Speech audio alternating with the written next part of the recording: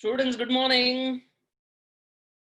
Now, beta, yesterday the video of new chapter that was average due date was uploaded, right, in our app. हमने वो average due date वाला lecture upload किया था. अच्छा, give me a thumbs up कितने लोगों ने वो लेक्चर देख लिया. Give me a thumbs up how many of you saw that lecture. देख लिया लेक्चर, हमने देख लिया. बेटा बहुत बढ़िया, बहुत बढ़िया. Now, based on the lecture what you saw yesterday, beta, did you write the notes from the lecture which I had asked you? कि ये सारे theoretical points आपको अपनी नोटबुक में लिख लेने हैं. क्या वो सारी चीजें आपने लिख ली हैं? बढ़िया. बेटा जरा फटाफट अपनी नोटबुक निकालो जहां पर आपने सारे ये नोट्स लिखे हुए हैं. फटाफट take out that book where you wrote down all these points. Everyone, fatafat. And now I can see many of you, sir, क्या हमने तो लेक्चर ही नहीं देखा है. सर, हमने लेक्चर देखा ही नहीं है तो नोट्स कहां से दिखाएंगे आपको. बढ़िया बढ़िया. Now I'll just beta revise or I'll just share that PPT with you again. फटाफट हम उसको फटाफट go through कर दे रहे हैं. Each PPT slide which I had made for this video, और उसमें कुछ डाउट है तो पूछो, नहीं है तो मैं पैदा कर रहा हूं डाउट, तुम मुझे मेरे डाउट्स क्लियर कर दो, तो मुझे एक अंडरस्टैंडिंग मिल जाएगी कि आप लोगों ने लेक्चर देख लिए हैं. ठीक है, चलो बेटा, I am sharing that PPT with you. I'm sharing that PPT with you. एक मिनट. हाँ बेटा, चालू रखो. ये रहा.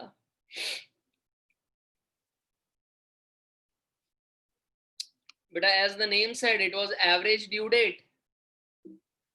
The name said average due date. तो meaning क्या था average due date का? It's the mean date on which the single amount or the sum can be paid in lieu of several payments on different dates. बेटा ये average due date का meaning था कि बेटा it was a due date on which the single amount can be paid in lieu of several. और उसमें बेटा मैंने एग्जांपल दिया कि ए ने बी को 1 लाख रुपए का लोन दिया है. ए ने बी को 1 लाख रुपए का लोन दिया है. तो पहले ये डेफिनेशन मुझे कौन समझाएगा? Give me a thumbs up. Give me a thumbs up. ये डेफिनेशन कौन समझाएगा मुझे कि भाई average due date is a mean date in lieu of several payments can be done. ओए बेटा, एक जन ने भी थम्स अप ना करा. Romana unmute. Romana, Good morning, sir. Morning. Sir, means the amount which have to be paid on different dates will be paid on a single date, which will be calculated by average due date formula. कहना से हमने ये समझना है कि ये जो मैंने अभी एग्जांपल दिया, हमने जो अभी एक एग्जांपल दिया कि भाई ए ने बी को 1 लाख रुपए का लोन दिया है.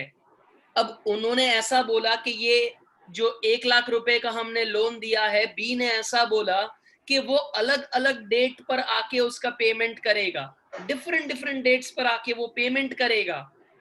लेकिन ए उसको ऐसा बोलता है, ऐसा मत कर, you don't pay me on different dates, rather हम दोनों बैठ के मिल के कोई एक मैथमेटिकल फॉर्मूला लगाते हैं जिससे हम एक ऐसी डेट पर अराइव होते हैं कि उस डेट पर आके आप पूरा 1 लाख रुपया मेरे को दे दो.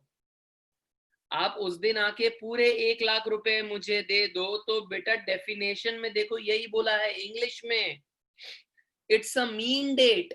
बेटा मीन डेट का मतलब ऐसा मतलब ही नहीं कि तू बहु मीन छे.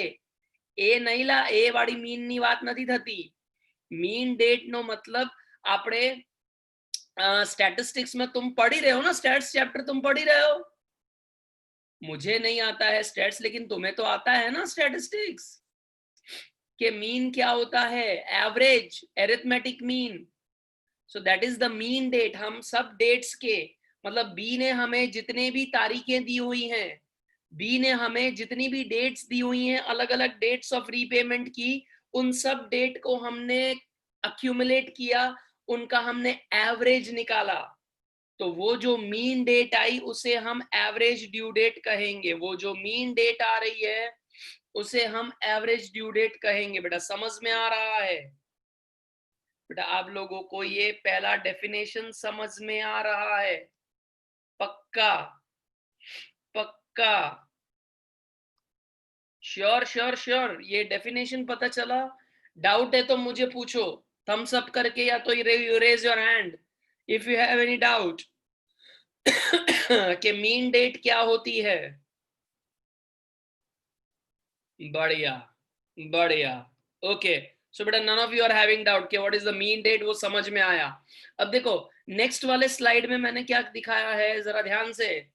नेक्स्ट वाले स्लाइड्स में हमने क्या देखा कि ये जो ए और बी के बीच में जो ट्रांजैक्शन हो रहे हैं, ए और बी के बीच में जो ट्रांजैक्शन हो रहे हैं, उनका ये टर्म्स ऑफ पेमेंट है कि भाई मिस्टर बी ने क्या बोला कि मैं 10 जनवरी को आके आपको 10,000 दूंगा, 15 फरवरी को आके 25,000 दूंगा, 15 अप्रैल को आके 15, 15 मई को 25, 15 7 को 25। ऐसे उन्होंने क्या डिसाइड करे, ऐसे उन्होंने टर्म्स ऑफ रीपेमेंट उन्होंने डिसाइड किया। ऊपर वाले स्लाइड से ये कैरी फॉरवर्ड हो रहा है कि भाई ए ने जो बी को 1,00,000 रुपए का लोन दिए थे, this were the due dates कि on which the loan has to be repaid. लेकिन ए और बी ने क्या मिलके डिसाइड करा कि भाई ऐसे झमेले में नहीं पड़ते हैं, मेरे को तेरे को जनवरी में भी मिलने का, फरवरी में भी मिलने का, अप्रैल में भी मिलने का, मई में मिलने का। मैं क्या नवरा हूं कि तेरे से मिलने आया करूं?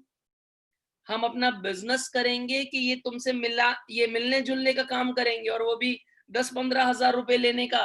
ऐसा हमको सूटेबल नहीं है। आऊ मजा न थी आवती भाई। सो व्हाट वी डू कि लेट्स डिसाइड वन डेट। उसी दिन हम तुमसे मिलेंगे, और उसी दिन ए ऐसा बोला बी को कि मैं तेरे से पूरे 1,00,000 रुपए ले लूंगा यार। मुझे फिर ज्यादा वो टाइम पास नहीं चाहिए कि तू मेरे को 10,000 दे, 15,000 दे, 25,000 दे। I don't want that. I will come on a single date, मस्त मैं सूट वूट पहन के आ जाऊंगा उस दिन, और तू मेरे को पूरे 1,00,000 रुपए का रीपेमेंट कर देना। तो उन्होंने जो ये मिल के डिसाइड करी डेट, या तो हम जो एरिथमेटिकली जो हम ये डेट डिसाइड करेंगे, एरिथमेटिकली डेट डिसाइड करेंगे। अब देखो मैंने ये एग्जाम्पल लेके डेट डिसाइड करी है, मैथमेटिकल कैलकुलेशन नहीं किया है, एक एग्जाम्पल ले लिया मैंने। लेकिन हम जो सम्स करेंगे उसमें हमें बेटा सारे कैलकुलेशंस दिखा के हमें ये डेट डिराइव करनी है, और वो आज मैं लेक्चर बना के कल वो आपके ऐप में भी अपलोड हो जाएगा। एंड जब हम सैटरडे मिलेंगे त्यारे सैटरडे मळीने जूम पर आपणे सम्स करीशु। फाइनल अकाउंट्स का सो कैसा था कि मैं डिस्कस करता था ने तुम पता नहीं कौन सी दुनिया में रहते थे, लेकिन ये चैप्टर के बेटा छोटे छोटे सम्स हैं, छोटे छोटे। तो मैं भी तुम्हारे साथ वो पूरे सम्स कर पाऊंगा, और तुम भी साथ साथ कर पाओगे मेरे। तो सैटरडे का जूम बेटा मिस मत करना, मैं लाइव सीधा ये जूम पर ही मैं उसके सम्स करवाने वाला हूं। एंड कल तुमको लेक्चर भी अपलोड मिल जाएगा कि जिसमें मैंने सम सॉल्व किए हैं। Are you getting it? लेकिन यहाँ पर मैंने क्या किया, यहाँ पर हमने एक एग्जाम्पल ले लिया कि भाई 1 जून हमने एग्जाम्पल ले लिया कि भाई ये हमारी एवरेज ड्यू डेट आ रही है। बेटा एडीडी का मतलब होता है एवरेज ड्यू डेट। लेकिन बेटा ये स्टेटमेंट बड़ा इंपॉर्टेंट था, ये स्टेटमेंट बड़ा इंपॉर्टेंट था। Now in this case a mean date is calculated for a lump sum payment which may result neither in any loss of interest or any undue advantage to any party। बेटा ये इस slide का सबसे important statement था। बेटा कितनों को ये स्टेटमेंट पता चला, कितनों को ये स्टेटमेंट पता चला कि भाई हमें neither loss of interest to any of the party. अच्छा 1 जून सूचे ये खबर पड़ी, व्हाट इज 1 जून, वो पता चलता सबको what is 1 June. But give me thumbs up, how many of you understood what is 1 जून? बेटा पहला जून क्या आया है? What is 1 June? Anish unmute Anish. Hello sir. हाँ अनीश। हाँ सर, एवरेज ड्यू डेट है ना 1 जून। मतलब 1 जून को क्या होगा Anish? What will happen on 1 June?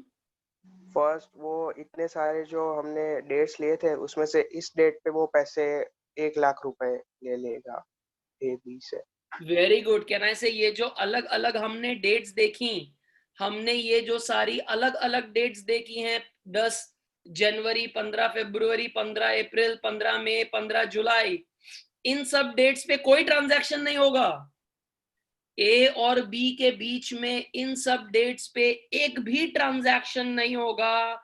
Rather 1 जून को दोनों मिलेंगे और बी को 1 लाख रुपया दे देने का ए को on 1st of June. That is my average due date, ADD, average due date. Okay, अब who will explain me the statement कि ये जो 1 जून आई है, it will neither cause any loss of interest to either of the parties.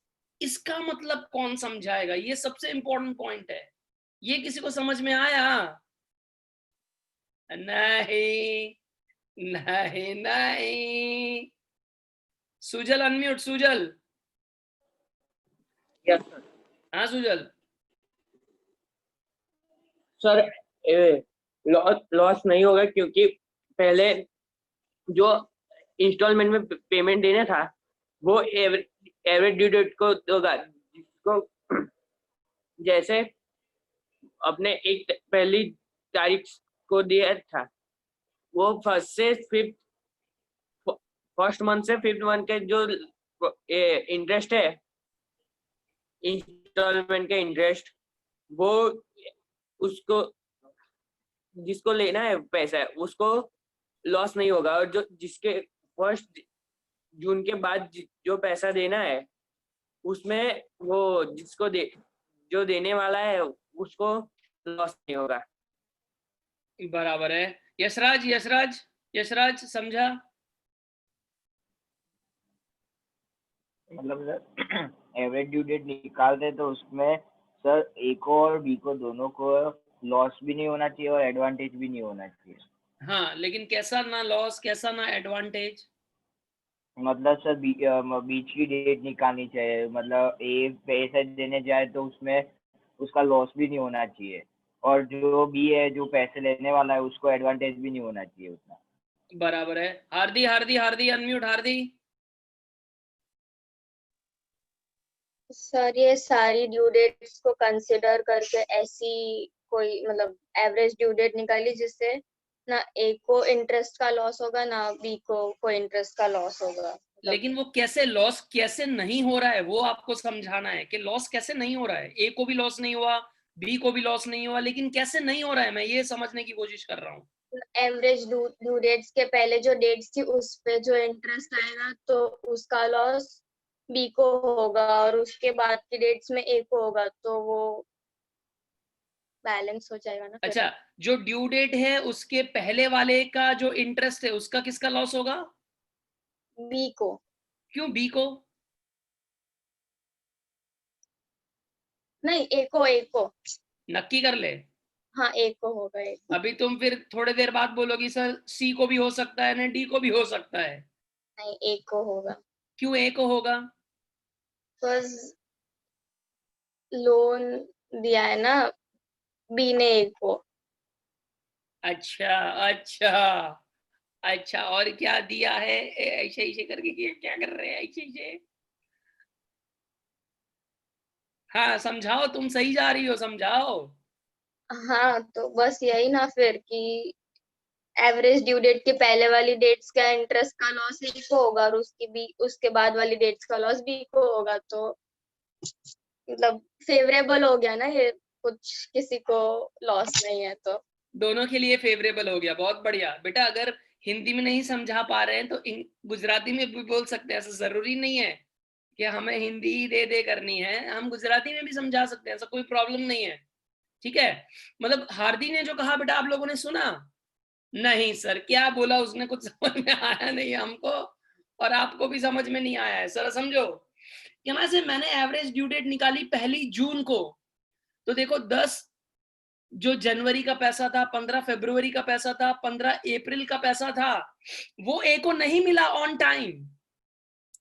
ए को वो पैसा on time नहीं मिला और उसने वो पैसे जाने दिए and he waited for 1 June to कम।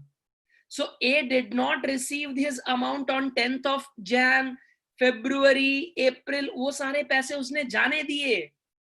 तो अगर उसने वो सारे पैसे जाने दिए, उसने वो पैसे नहीं लिए, तो ए को नुकसान होगा ना, क्योंकि अगर वो पैसा उसको मिल जाता तो उसका वो एफडी बना के उसका वो इंटरेस्ट अर्न कर सकता था, लेकिन उसको वो पैसे उस डेट्स पर नहीं मिले, तो ए को नुकसान होता है। Are you getting it? लेकिन 1 जून के बाद के जो सारे पेमेंट्स थे वो ए को जल्दी मिल जाते हैं, तो उससे उसका जो इंटरेस्ट का नुकसान जो पहली डेट्स पे हुआ था वो नीचे की डेट्स में कवर अप हो जाता है। बेटा समझ रहे हो क्या बोलने की कोशिश कर रहा हूं? ए को जो इनिशियल मंथ्स में पैसे नहीं मिले बिकॉज हमने कोई बीच की डेट फाइंड आउट करी थी, तो इनिशियल मंथ्स में ए को नुकसान हुआ, लेकिन लेटर मंथ्स के जो पैसे जो उसको लेट मिलने वाले थे वो 1 जून को मिल गए, वो जल्दी मिल गए। तो उससे जो इनिशियल मंथ्स का जो ए का नुकसान हुआ था वो लेटर मंथ्स में जल्दी पैसे मिलने की वजह से वो नुकसान रिकवर हो गया। अब हम बी के व्यू पॉइंट से सोचते हैं बेटा, बी के व्यू पॉइंट से उसने देखो 1 जैन को पैसा नहीं दिया, 15 फरवरी को पैसा नहीं दिया, तो उसे इंटरेस्ट कमाने को मिलेगा, he will earn interest be. लेकिन एवरेज ड्यू डेट के बाद का जो पेमेंट उसको लेट करने का था वो उसको जल्दी करना पड़ेगा, तो उसमें उसका इंटरेस्ट का नुकसान होगा। तो जो बी ने इंटरेस्ट इनिशियल ईयर्स में, इनिशियल मंथ्स में कमाया था, लेटर मंथ्स में उसका उतना नुकसान हो जाएगा। तो अगेन उसका बेटा सरभर था, बेटा सरभर इक्वल इक्वल हो गया। इसीलिए देखो ये एवरेज ड्यू डेट हमें ऐसे कैलकुलेट करने का, ना ए को फायदा ना बी को फायदा।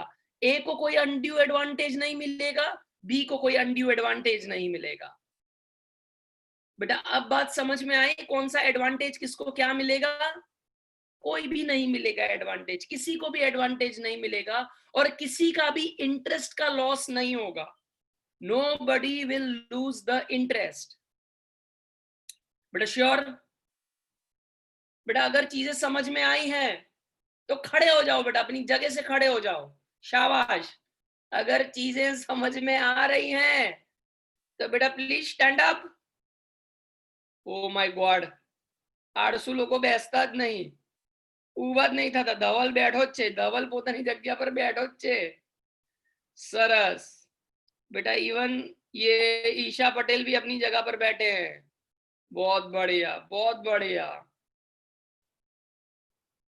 चलो बेटा, जिन्होंने अपने वीडियो ही बंद करके रखे हैं बेटा उन्होंने तो बेटा पूरी कुर्सी चेयर स्लीपिंग मतलब तकिया वकिया डाल के बैठे हैं, उन्होंने तो जिन्होंने वीडियो ऑफ कर दिए हैं, बढ़िया।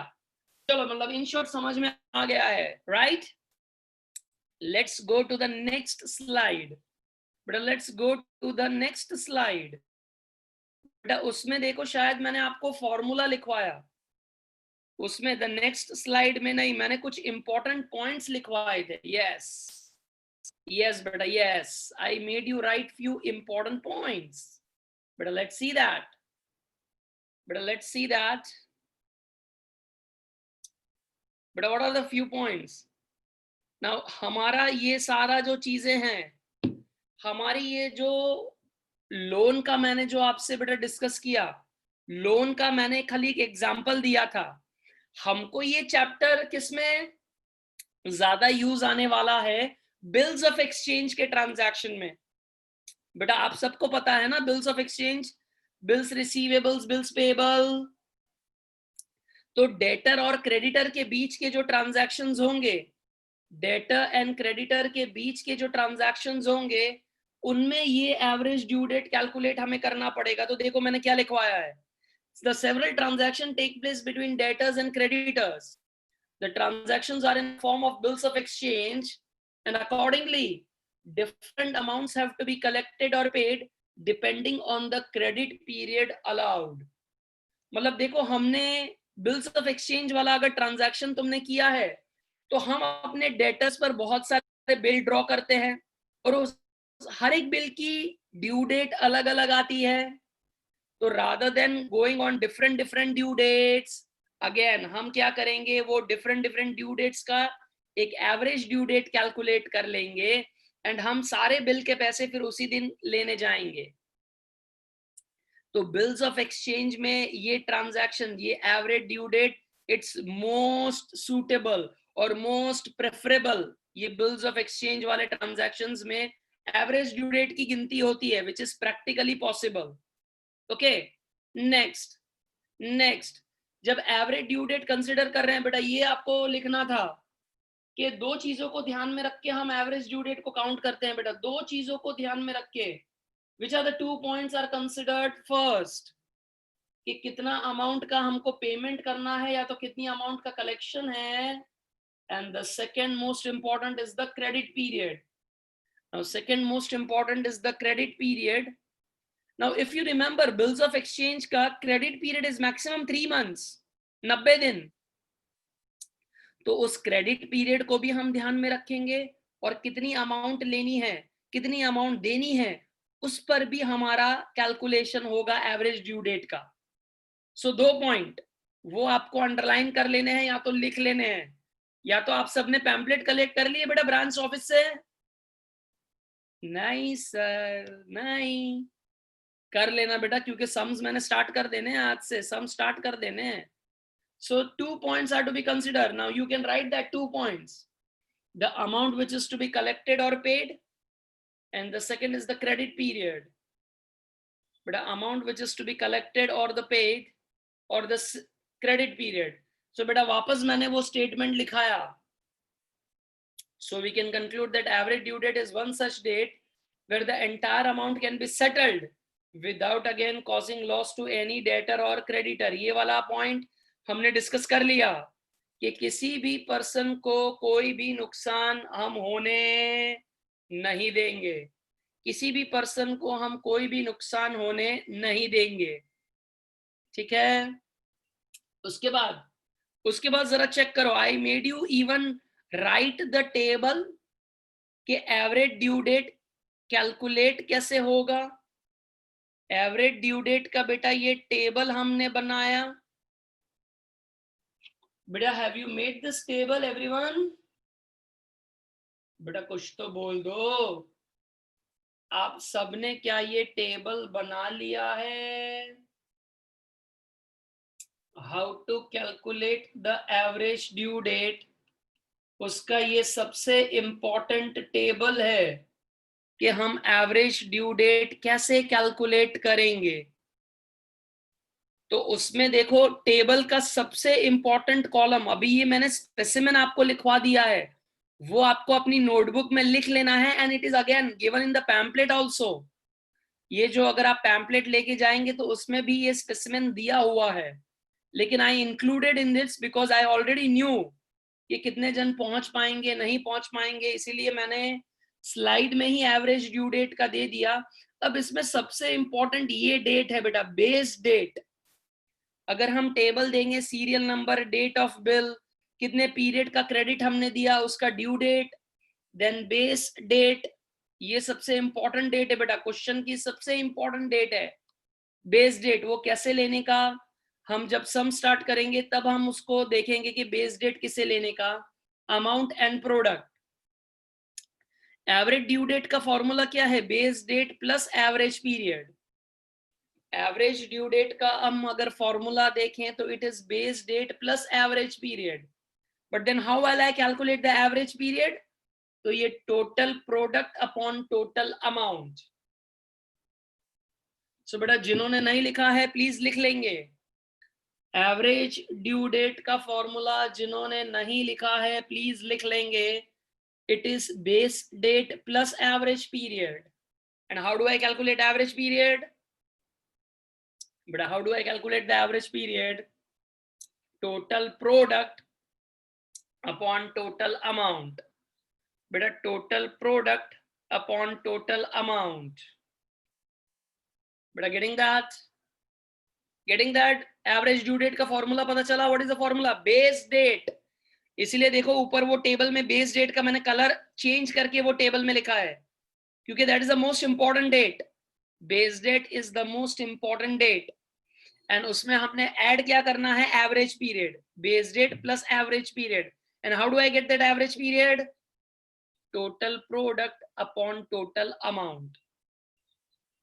ओके बेटा, the next slide most important, wherein I have made you write the notes. ये जब हम सम्स करेंगे तो ये सम्स में ये सारी नोट्स आने वाली हैं। बेटा जिन्होंने नहीं लिखी हैं, बेटा इट्स अ रिक्वेस्ट, अपने फोन में या तो जिधर भी तुम बैठे हो वहां पर स्क्रीनशॉट ले लेना, ताकि at the end of the lecture you can at least right it down if you have not seen the video lecture. आप अभी फिर उसका स्क्रीनशॉट ले सकते हैं, ठीक है बेटा? Which are the important notes? Which are the important notes? Base date will be selected as the earliest of the date. बेटा जब हम सम करेंगे तब हम देखेंगे वो ड्यू डेट का कॉलम, आपने देखा ड्यू डेट्स का कॉलम जो हमने मेन टेबल बनाया है, table serial number, date of invoice, period, due date, number of days from the base date. वो जो ड्यू डेट का कॉलम था, उन ड्यू डेट्स में से जो भी अर्लीस्ट है, मतलब जो सबसे पहले आता है, वो मेरा बेस डेट बन जाएगा। जो भी डेट सबसे पहले आती है, that date is my base date. तो वो जब हम सम्स करेंगे तब ज्यादा अंडरस्टैंडिंग आपको मिलेगी, लेकिन अभी खाली ध्यान रखो, थियोरेटिकल भी पता चलेगा कि हम जब ड्यू डेट्स को जब हम गो थ्रू कर रहे हैं, तब उसमें से जो भी अर्लीस्ट डेट है उसे मुझे अपना ड्यू डेट मानना है, बेस डेट मानना है, बेस डेट। फिर in finding out the due days of the bill 3 दिन का ग्रेस हमें ऐड करना है। बेटा ये हमने 11th स्टैंडर्ड में सीखा था, हर एक बिल में हमें 3 दिन का ग्रेस पीरियड ऐड करना है। लेकिन अब वो ड्यू डेट मिलती कैसे है? मोस्ट इंपॉर्टेंट बेटा, बिल की ड्यू डेट मिलेगी कैसे? तो वो 2 टाइप के होते हैं बेटा, देखो 2 टाइप के होते हैं, bill after date and bill after sight. बेटा कैसे होंगे वो बिल? आफ्टर डेट होंगे ने आफ्टर साइट होंगे। बेटा फटाफट एक नोटबुक निकाल लो, चलो फटाफट नोटबुक निकाल लो, लिखना शुरू करेंगे। नोटबुक निकालो, सॉरी लिखना शुरू करेंगे।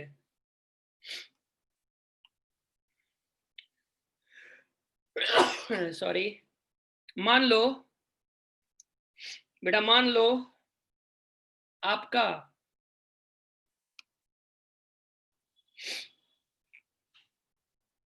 मिस्टर ए ने मिस्टर बी पर बिल ड्रॉ किया है सॉरी ऑन 1st जनवरी 2020। ए ने बिल ड्रॉ किया है on 1st January 2020। Credit period है सॉरी 3 मंथ्स का। बेटा क्रेडिट पीरियड है 3 मंथ्स का। तो बेटा what will be my due date?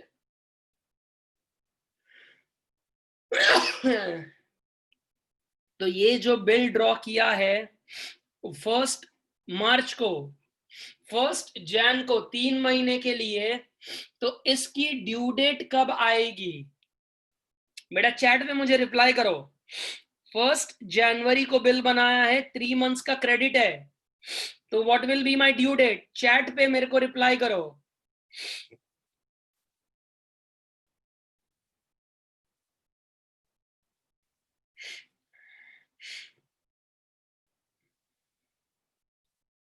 बेटा कुछ लोग 4 अप्रैल बोल रहे हैं, कुछ लोग 4 मार्च बोल रहे हैं, सबकी बेटा अलग अलग आंसर की डेट्स आ रही हैं। बहुत बढ़िया बेटा, ये जज्बा है बेटा, ये जज्बा है, कैलकुलेशन करने का जज्बा है ये। बहुत बढ़िया, बहुत बढ़िया, पे अटेंशन, बहुत बढ़िया, इधर ध्यान बेटा। अगर हमने 1 जनवरी को 3 महीने का बिल बनाया है, सो बेटा 1 जनवरी को अगर 3 महीने का बिल बनेगा तो फरवरी, मार्च और अप्रैल में 3 महीने खत्म होंगे ना। लेकिन जैसे ही 3 महीने खत्म होते हैं, जैसे ही अपने 3 मंथ्स खत्म होते हैं, 1 अप्रैल को जैसे ही मेरे 3 महीने खत्म होते हैं, उसमें 3 डेज का ग्रेस ऐड करने का अभी हमने थियरी में पढ़ा। सो मेरी ड्यू डेट होगी 4 April 2020। My due date will be 4 April 2020। Okay बेटा, एक और एग्जांपल लिखो चलो। 15 फरवरी 2020 को मैंने बिल बनाया, क्रेडिट पीरियड है 2 महीने का। 15 फरवरी को मैंने बिल बनाया, क्रेडिट पीरियड है 2 महीने का। मैसेज मैसेज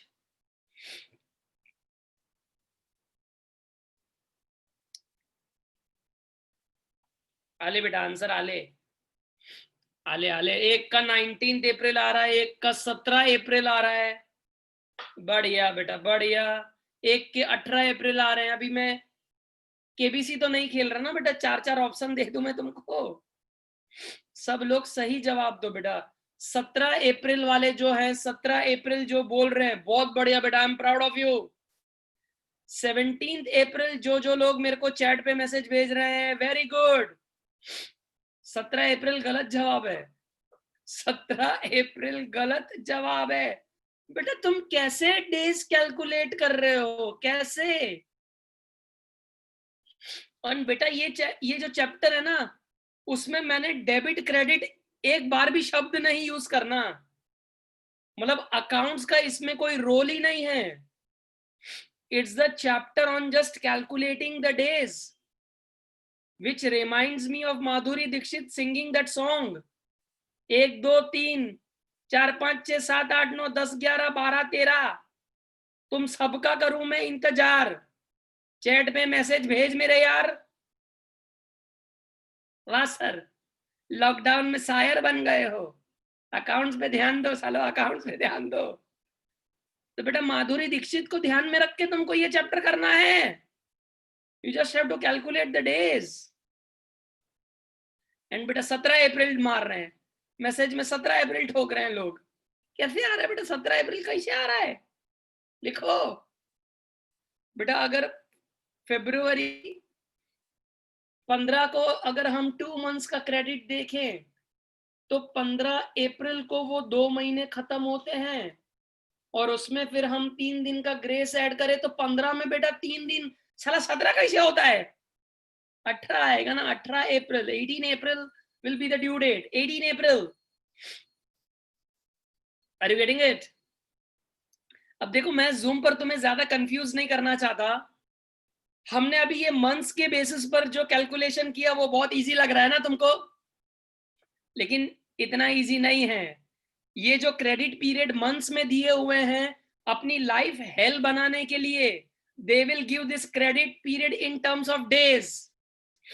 वो डेज में ये क्रेडिट पीरियड देंगे, तब कैलकुलेशंस थोड़ा हमारे लिए डिफिकल्ट हो जाएगा। लेकिन बेटा तुम्हारे पास एक बहुत बड़ा यंत्र है। You have a most important यंत्र with you, that is calculator. तो फिर कैलकुलेटर पर सारी चीजें आराम से कैलकुलेट हो जाएंगी, तो तुम बिल्कुल घबराना मत।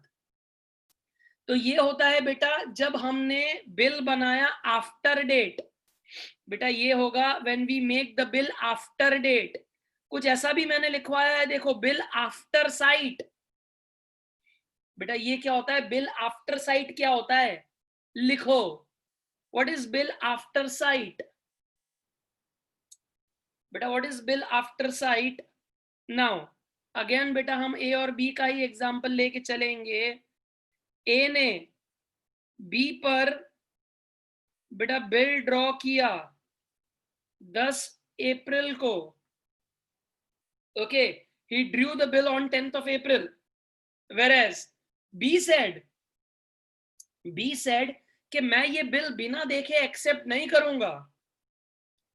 तो बी के पास ये बिल पहुंचता है 15 अप्रैल को। तो बी ने क्या किया, बी ने उस बिल की इंफॉर्मेशन अपने आंखों से देखी। बी ने उस बिल की इंफॉर्मेशन अपने आंखों से देखी कि तुमने बिल बराबर बनाया है कि नहीं। सो 15 अप्रैल को उस बंदे ने वो बिल देखा, 15 अप्रैल को। तो हमको हमारा क्रेडिट पीरियड, जब वो बिल देख लेगा आफ्टर साइट से, मान लो अगर हमने 1 महीने की क्रेडिट दी है तो हमें 10 तारीख से वो 1 महीना नहीं गिनने का। बी ने जब वो बिल देख लिया 15 अप्रैल, तब से हम 1 महीना गिनेंगे। सो यहाँ पर 18/5 मेरा ड्यू डेट हो जाएगा। 18/5 will be my due date and I'll calculate 1 month. बेटा I'll be calculating 1 month from 15th, क्योंकि जिस दिन हमने वो बिल देखा तो आफ्टर साइट हम वो चालू करेंगे। आफ्टर साइट वो हम देख के स्टार्ट करेंगे। Stuti, any doubt Stuti? Yes sir.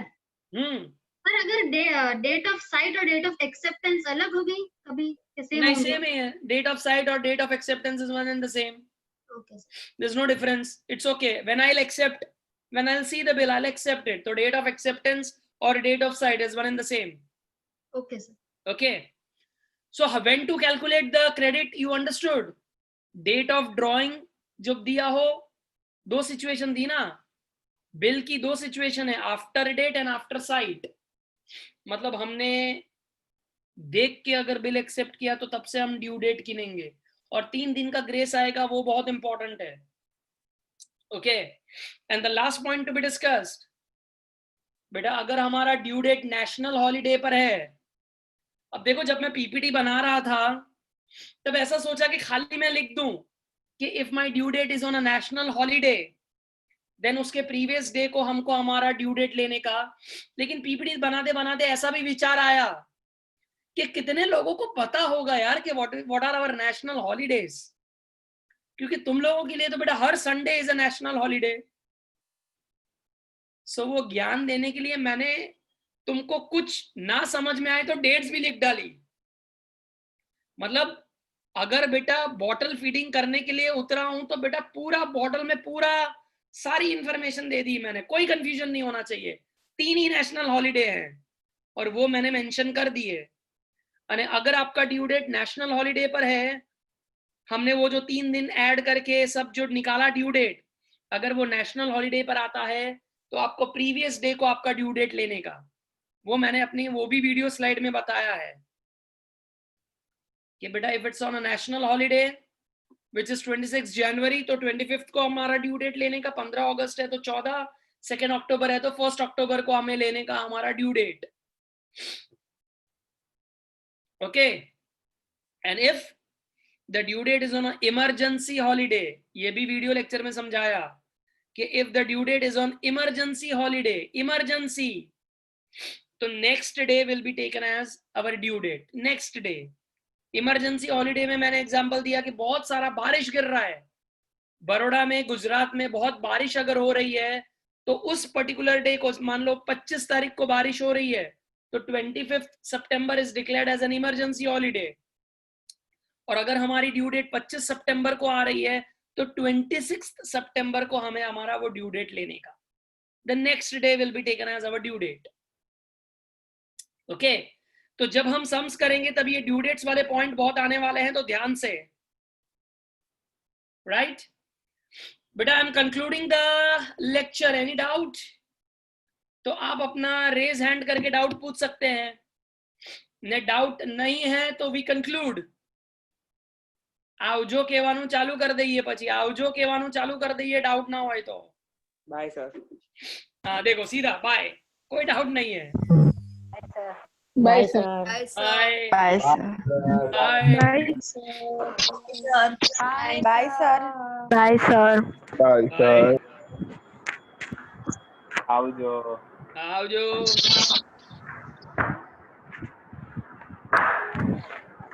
Bye sir. Bye sir. Bye.